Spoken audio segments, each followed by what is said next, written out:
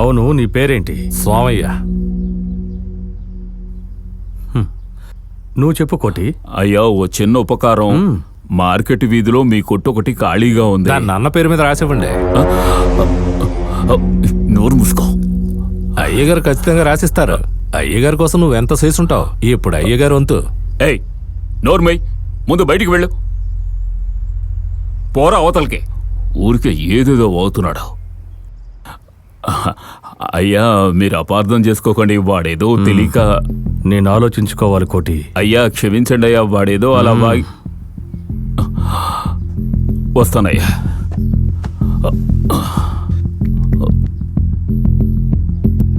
ముందు నీ నోటిని కుట్టేయాలి. నోటికి వచ్చినట్టు ఏదేదో వాగుతావా? ఆయన కోసమేగా నీ కాలు నరం కోసుకుంటూనే చేశారు. మరి నీకో బతుకు తెరు ఉండాలిగా. కొట్టిస్తే అద్దెకిచ్చుకుని బతకచ్చు. నీ తరపున మాట్లాడడం తప్ప. అందుకని శంకరయ్య గారితో అలా మాట్లాడతావా? ఎందుకన్నా భయపడుతున్నా?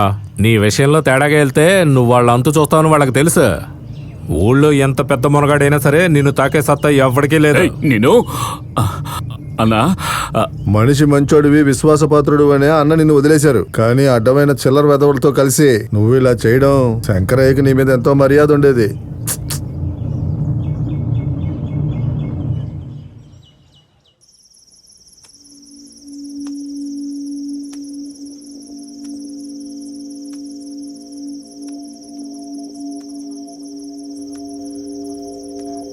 అన్నా, కాస్త బయటకు వస్తావా? అయినా నువ్వెందుకు వచ్చావు? నా వల్లే కదా నీకు శంకరయ్య గారికి మనస్పర్ధలు. నేను ఆయనతో మాట్లాడతాను, నువ్వు బయటికి రా అన్నా. ఆయన కాళ్ళు పట్టుకుని క్షమాపణ అడుగుతాను. నువ్వు రా అన్నా, నన్ను నమ్మన్నా. ఈరభద్రంతో మాట్లాడాను. ఈ టైంలో అయితే తోపులో ఒంటరిగా ఉంటారట. అక్కడైతే తీరుగా మాట్లాడుకోవచ్చని చెప్పాడు.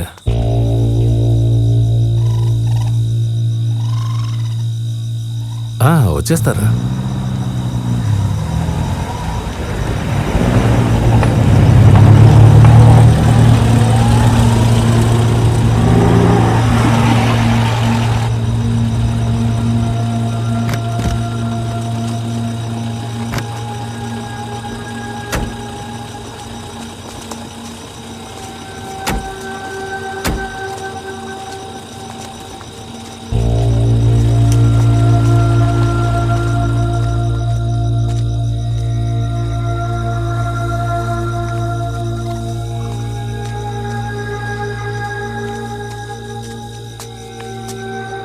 వచ్చేసారు. ఎవరది? నేనండి, కోటిని. నమస్కారం అండి. ఏం కావాలి? ఏం లేదయ్యా, మిమ్మల్ని క్షమాపణ అడుగుతానన్నాడు. అందుకే వాడిని తీసుకొచ్చాను. ఏయ్, కత్తెందుకు తెచ్చావురా? ఏసయ్యన్నా,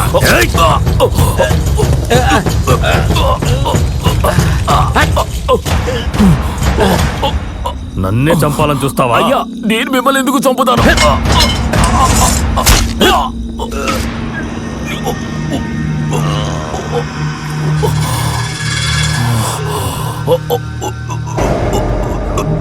సోమయ్య,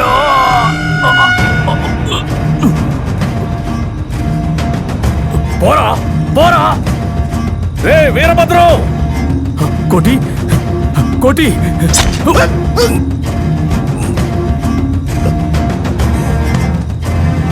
అయ్యా అయ్యా!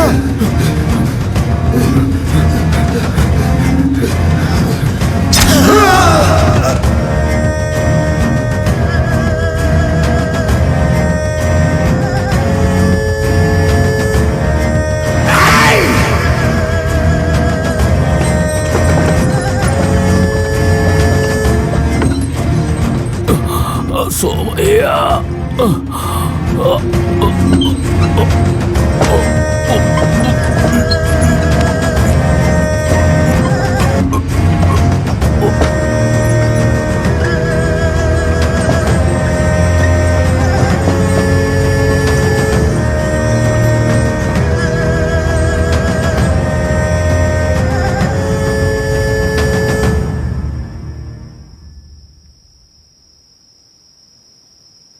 ఈ విషయం బయటికి చెప్పకుండా నేను ఒక విధంగా వాడికి వంత పాడాను. ఆ పాపం వల్లే నేను జీవోత్సవంలా తిరుగుతున్నాను. వాస్తవం తెలిసిన నన్ను, వాస్తవం తెలుసుకోకూడదని నిన్ను వాడి కాలి కింద చెప్పులా పెట్టుకున్నాడు. అదే ఆ సోమయ్య తెలివి.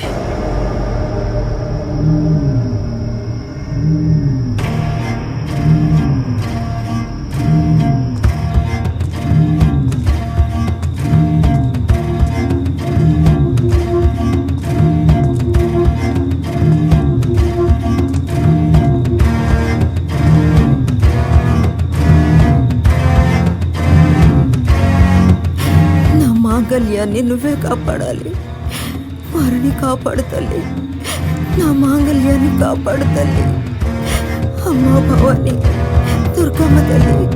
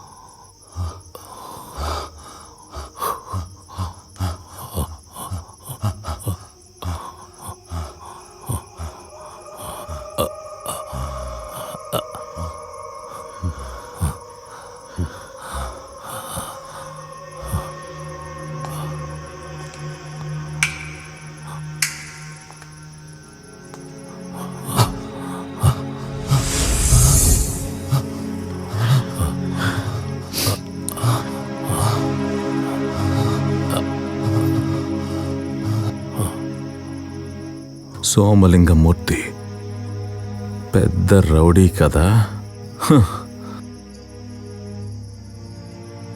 నిన్ను పొడిచారని ఊరంతా కంగారు పడుతోంది.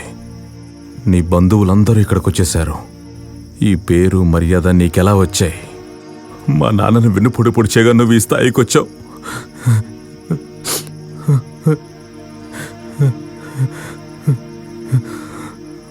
ఈ నిజం నాకు ముందే తెలుసుంటే ఊళ్ళో ఉన్న శత్రువుల్లో నేను నీకు ఒకడిని అయ్యేవాణ్ణి.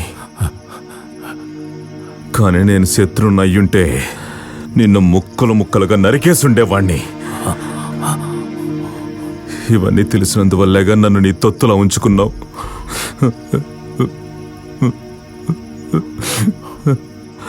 ఉప్పు తిన్న ఇంటికి ద్రోహం చేయకూడదని మా నాన్న నాకు చెప్పి పెంచాడు.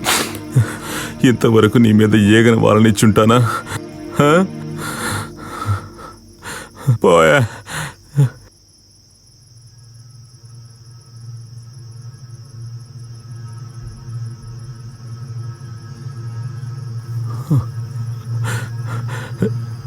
నీకోసమే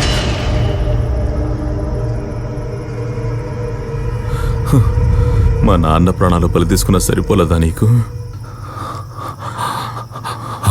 చంపు, నన్ను చంపు. ద్రోహం నీ రక్తం నిండా ఉంది. నిన్నిక వదిలిపెట్టకూడదు.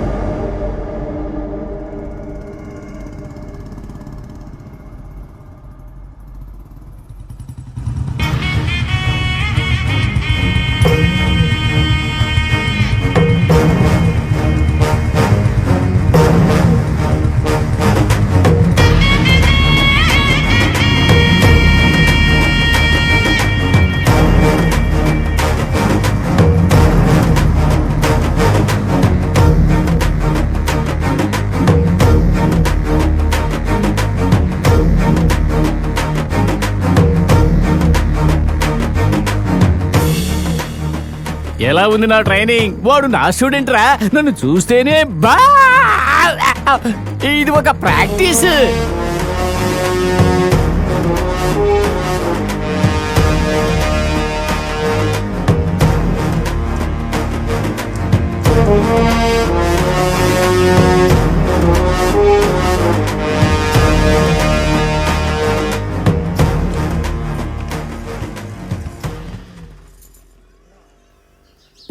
భోంచేసావా?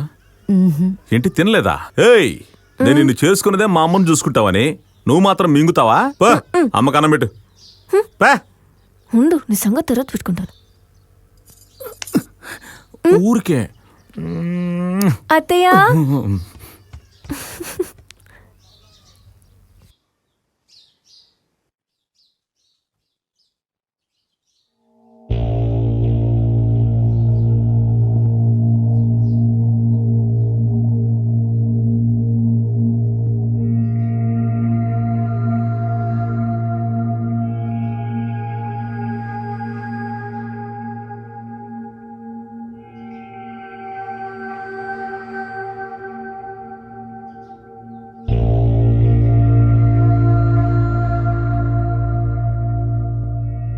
నిన్నెందుకు చంపట్లేదో తెలుసా?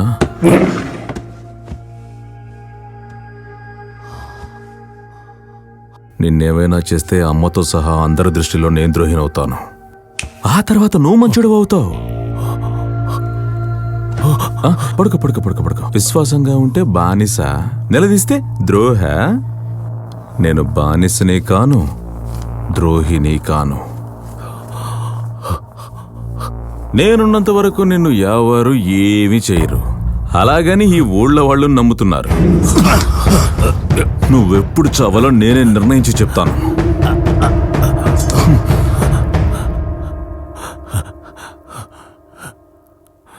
ఎందుకంటే నువ్వు నా ఎర.